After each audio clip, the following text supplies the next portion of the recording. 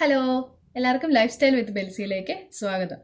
ഇന്നത്തെ വീഡിയോ എന്താണെന്ന് എല്ലാവരും തമ്മിൽ കണ്ടിട്ടുണ്ടായിരിക്കും. അപ്പോൾ ഓണമാണ്. ഓണം എന്ന് പറയുമ്പോൾ നമ്മുടെ മനസ്സിലേക്ക് വരുന്നത് ഓണപ്പൂക്കളം, സദ്യ. സദ്യ എന്ന് പറയുമ്പോൾ അതിനകത്ത് എന്താണെങ്കിലും ഒരു പായസം കാണും. ഇന്നത്തെ വീഡിയോയിൽ നമ്മൾ ചെയ്യാൻ പോകുന്നത് പായസമാണ്. അപ്പോൾ എന്തിൻ്റെ പായസമെന്ന് വെച്ചാൽ നമ്മൾ നുറുക്ക് ഗോതമ്പ് കൊണ്ടാണ് പായസം ഉണ്ടാക്കുന്നത്. അപ്പോൾ നമുക്ക് എങ്ങനെയാണ് തയ്യാറാക്കുന്നതെന്ന് നോക്കാം.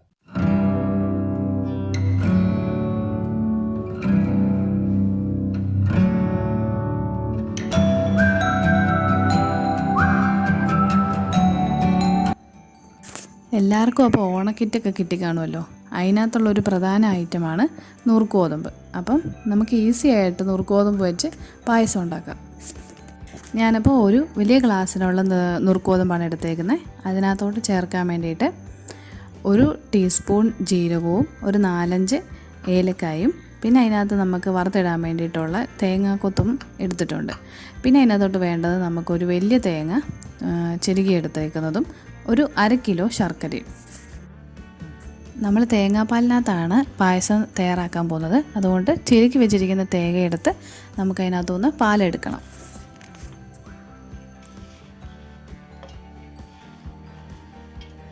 ഒന്നാം പാല്, രണ്ടാം പാല്, മൂന്നാം പാല്, ഇത് മൂന്നും നമ്മൾ ഈ പായസത്തിനകത്ത് ചേർക്കുന്നുണ്ട്.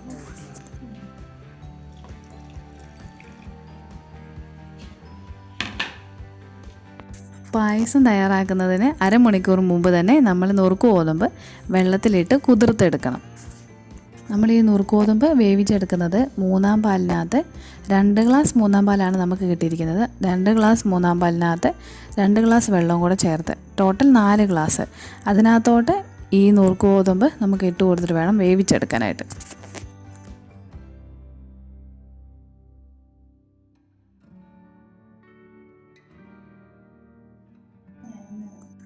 നമ്മൾ കുക്കറിനകത്താണ് ഇത് വേവിച്ചെടുക്കുന്നത്. അതുകൊണ്ട് തന്നെ 4 വിസിലിനകത്ത് വേണം നമുക്കിത് വേവിച്ചെടുക്കാൻ. കുക്കറിനകത്ത് നുറുക്ക് ഗോതമ്പ് വേവുന്ന സമയത്ത് നമുക്ക് ഈ എടുത്തു വെച്ചിരിക്കുന്ന ശർക്കരയ്ക്കകത്ത് 1.5 ഗ്ലാസ് വെള്ളം ഒഴിച്ച് അത് നമുക്ക് പാനിയാക്കി എടുക്കണം.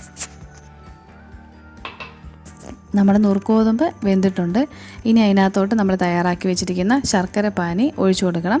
ശർക്കര പാനി ഒഴിക്കുമ്പം അത് അരിച്ചിട്ട് ചേർത്ത് കൊടുക്കുന്നത് നല്ലതായിരിക്കും. കാര്യം ഈ ശർക്കര പാനിക്കകത്ത് ചിലപ്പം കല്ലുകളോ എന്തെങ്കിലും കാണാൻ സാധ്യതയുണ്ട്.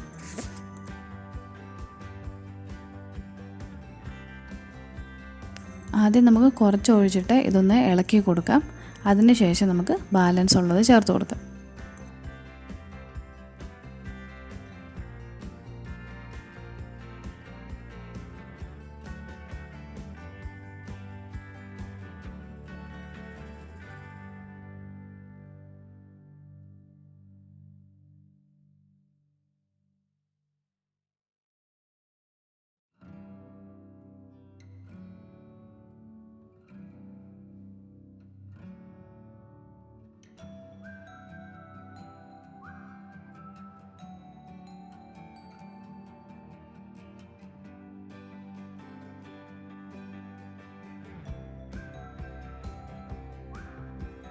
ശർക്കര നന്നായി മിക്സ് ചെയ്തതിന് ശേഷം നമുക്ക് എടുത്തു വെച്ചിരിക്കുന്ന ഏലക്കായും ജീരകവും പൊടിച്ചെടുത്തത് ചേർത്ത് കൊടുക്കാം.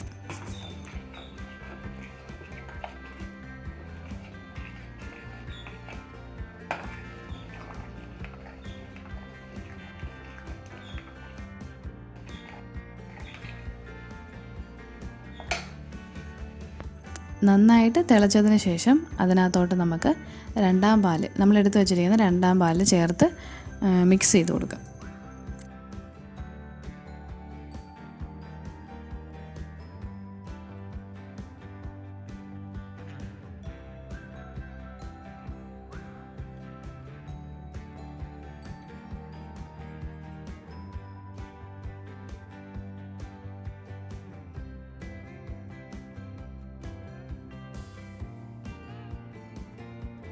നന്നായിട്ട് നമുക്കിതിനെ മിക്സ് ചെയ്ത് കൊടുക്കാം.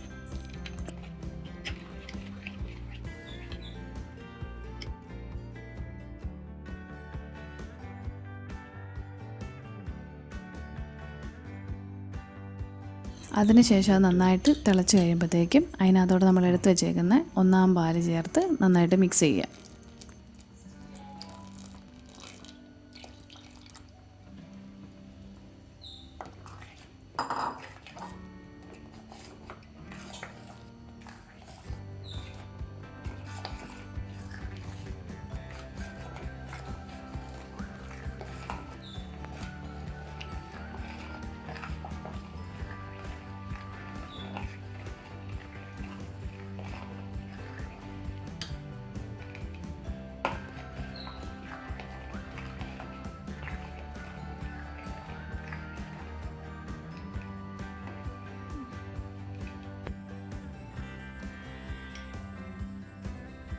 നന്നായിട്ട് തിളച്ചതിന് ശേഷം നമുക്ക് തീ ഓഫ് ചെയ്ത് വയ്ക്കാം.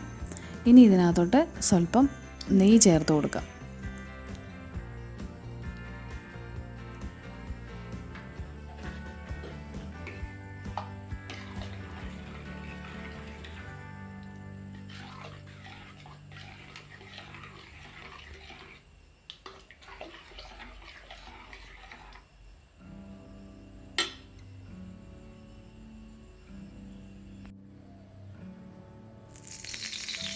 പാൻ നന്നായി ചൂടായതിനു ശേഷം കുറച്ച് നെയ്യ് ഒഴിച്ചു കൊടുക്കാം.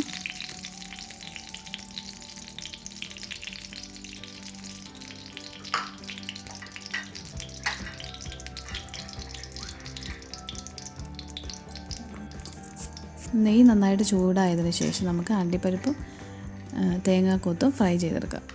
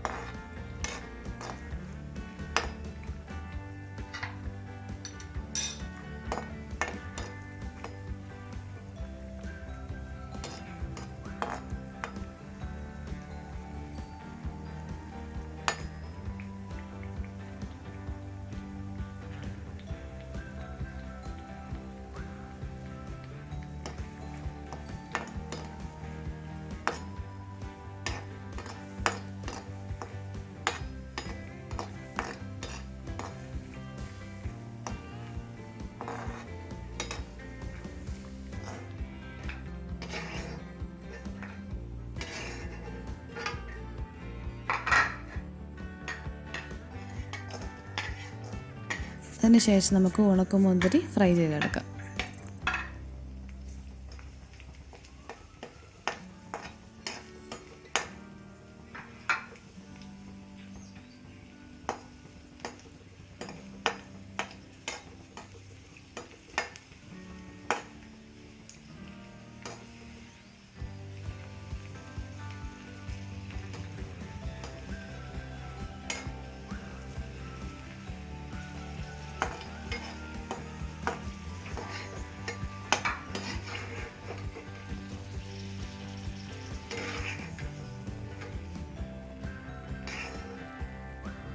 കിസ്മിസും തേങ്ങാക്കൊത്തും നന്നായിട്ട് ഫ്രൈ ചെയ്തെടുത്തിട്ടുണ്ട്.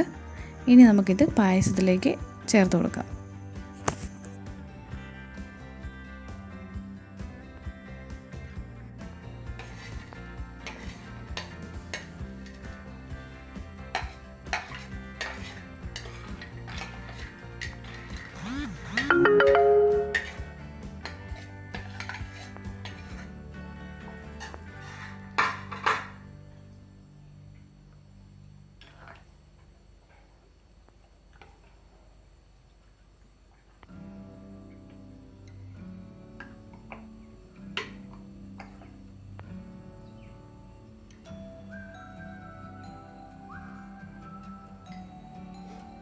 അപ്പോൾ അടിപൊളി നൂറുക്ക് ഗോതമ്പ് പായസം റെഡി ആയിട്ടുണ്ട്.